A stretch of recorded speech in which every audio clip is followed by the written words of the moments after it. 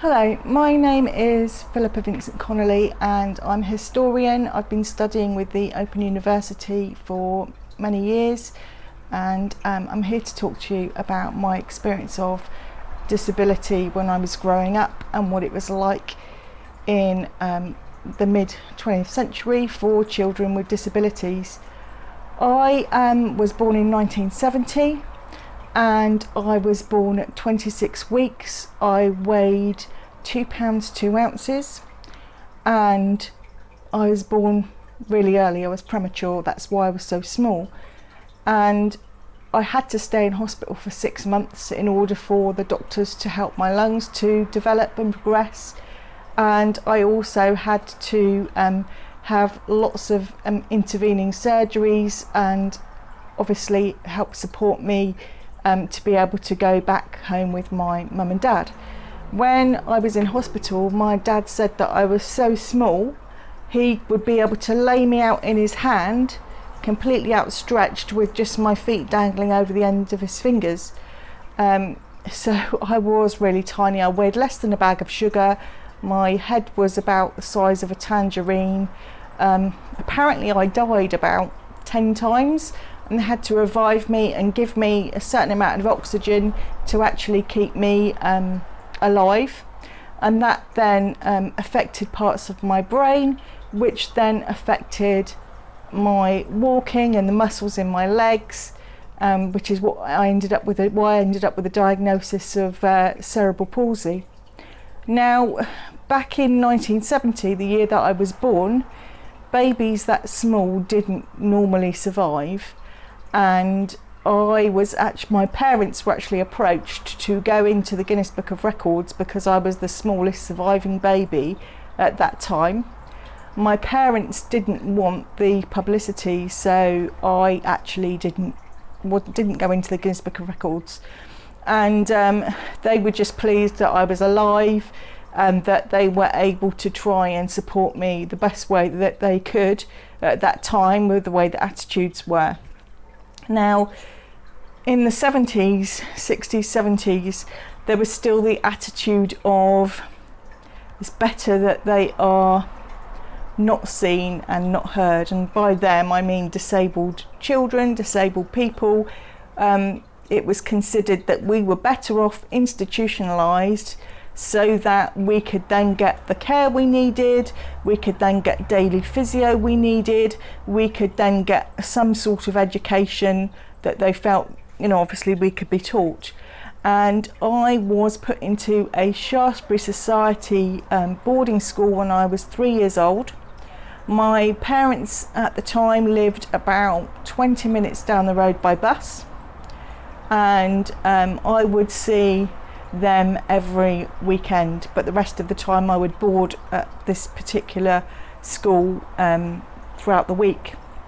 And what would happen with us is we would be in dormitories with children of a similar age group to us. So I would share a room with maybe 8 other girls of around the same age, like 3 to 6 years old. And we would be in different houses, where we'd have a certain regime we had to stick to, getting up at 7 o'clock in the morning, getting us ready for the day, having breakfast with the students that we were in the dormitories with, and there was a separate bedroom obviously for boys. And the disabilities of the children ranged from cerebral palsy like myself to spina bifida to much more serious disabilities. Not so much people with Down syndrome, it was more about the actual physical disabilities. For example, we'd have students who had to be actually strapped into their beds at night because they couldn't physically get up out of bed, or they'd roll out of bed and it would be a danger to them, so they're actually strapped into bed. And this was in the mid-70s, and it was still very draconian. It was quite still Victorianised in terms of attitudes, and we had a team of nurses in the school that would look after us in the evenings and at night. And sometimes because I was one of the most able-bodied students there at the time, I would be the one trying to run down the corridor in bare feet in my nightie, trying to find somebody to help if another student had fallen out of bed, or they needed to be helped out to go to the loo, or for whatever reason they needed support from one of the nurses. And during the day we would get up, have breakfast, get ready to go to school, and the school would be part of the boarding school, and you would be educated in a classroom of students around your own age. It was very basic, English, maths, and a little bit of creative things, maybe a little bit of cooking they would do with us, or art, or a bit of sewing, or just sort of creative things, reading, listening to music, that kind of thing. Break times would be a free-for-all, because you'd be trying to be the first one to be able to grab one of the three-wheel tricycles that they had there, and I always used to try and make a dash for those, because I felt they gave me a bit of freedom. I could get on one of those and race around the school playground, which was quite large, as fast as I possibly could. It gave me a little bit of exercise. There used to be things like one of those huge rocking horses that you could sit on with maybe about 5 or 6 students. There were swings, there was a playhouse, there was some grass to play on, and there were a few other toys, but it was quite basic at lunchtime, and so you just interacted with all the other students. It was a very strange place, because in there you felt quite normal. You didn't think that there was anything different about you, because you grew up with these children that had physical disabilities, and so therefore you were used to it. And it wasn't until you'd go out at the weekend with your parents, or you'd go in the summer holidays, or at Christmas for example, you'd go home and spend time with them, and then you'd see people staring at you in the street or making comments. Normally it was other able-bodied children who were with their parents who would stare the most, purely out of ignorance, because they didn't understand. Their parents didn't teach them about disabilities, and that was when I began to realise that I was different. Although I was quite able-bodied in comparison to a lot of the other students I was educated with at the time, I still knew I was different. And boarding school really didn't teach you the resilience that you needed to be out in society, to stand up for yourself, to be able to compete with everybody else. So it sort of cocooned you and looked after you in a way which was good, but it didn't prepare you for real life. So every day I'd maybe have physiotherapy to stretch the tendons in my legs, to give me more confidence with walking, to improve my balance. They had a little a swimming pool in the physio area that they'd get you to do water exercises in. The gym benches that you'd used to have at school, any school, they would turn upside down and make me walk one foot and the other across those, trying to get me to walk unaided across it so I could improve my balance, which was very difficult. Make me go up and down stairs without holding on to rails, which I found absolutely impossible. And obviously that kind of physical activity day in, day out, they used to push me so much that it would make me cry. And it was really, really difficult, because you understood why they were doing it. And you understood that they were doing it to try and help you and support you and make you a stronger person. But it was tough. It was a tough way to be brought up in that. And I never understood why I was only sort of 20 minutes down the road from my parents, yet I couldn't go home to them every night like my sister did, who was in mainstream school. The only upside really to being in a Shaftesbury Society school was Christmas and Easter parties used to be amazing. They'd have puppeteers come in, they'd have ballet dancers come in, they'd have lots of live shows, they'd have a magician come in, they'd have all these sorts of people to entertain us, and your families could come, or your sister or brother, and sit with you and watch the whole sort of proceedings, and they put on lovely food and all that kind of thing, which was really memorable, and that's one of the things I remember about being in the Shaftesbury Society boarding school. But I just never could understand why I was there in the first place, because I tried my best to normalise myself and be part of society, And so I used to stand up for all the other students who really struggled, and I'd challenge the staff on things, and I'd get myself into quite a lot of difficulties because I would say exactly what I thought, which didn't often go down very well. It was quite a draconian system where we would have tea by 5, by 6:30 we were in bed, we weren't allowed any TV. It was very regimented, and it wasn't particularly a nice life at the time. Well, I didn't think it was. My experience of it wasn't very nice. We had set meals every week.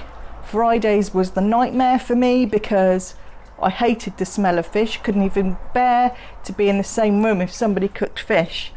And because I refused to eat it, they would shut me in my dormitory with the plate of cold fish that I was meant to have that day for my lunch, and I just wouldn't eat it. They'd leave me in there for 2 hours sitting in front of this cold sort of plate of food, and I would refuse to eat it. And of course, to the outside world, everybody thought, oh, these places are so wonderful for disabled people. But society hadn't really moved on a lot from sort of like Victorian attitudes and Edwardian attitudes towards disability. It was like, let's shut you out of mainstream society, let's keep you protected in this little bubble where you're looked after and where you get physio and where you get support, but let's not let everybody else see you, let's not everybody understand who you are as a person and what you can bring and contribute to society. And that's how it was. It was a really difficult way to be brought up as a disabled person, but the one thing that it's taught me in life is that I have to prove myself 110 times more than my contemporaries in order to get anywhere in life, whether it be studying, whether it be the workplace, whether it be, bringing up my children. I mean, I'm very robust and determined. I've been married, I've got 2 teenage boys. Admittedly, I had them by cesarean section, but I still had them. I'm now a single parent. I have studied with the Open University a degree in history. I've done fashion design. I've qualified as a secondary school teacher, and I'm halfway through an MA with the Open University, and I'm looking to do a PhD looking specifically at disability history. And I am a bit of an activist.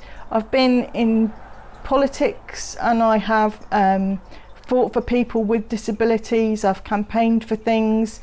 I've had to fight for my own needs in terms of when benefits changed and they took my car away from me, and I had to campaign to get that back and be interviewed on TV, etc. And it doesn't get any easier. People think that now we've got such relaxed attitudes to disability, we are forward thinking as a country, we think about people that are less fortunate than ourselves, especially when you think about the BLM movement lately. But disability activism and the way disabled people are treated is always at the bottom of the pile in comparison to all those other issues, whether it be LGBT rights or BLM rights or whatever it is. And I think that disabled people need to have a voice, and it's like stories like mine that need to be told so that people understand exactly what people like me have gone through to get where we are. And I think it's really, really important. So that's why I wanted to share a little bit about my experience today.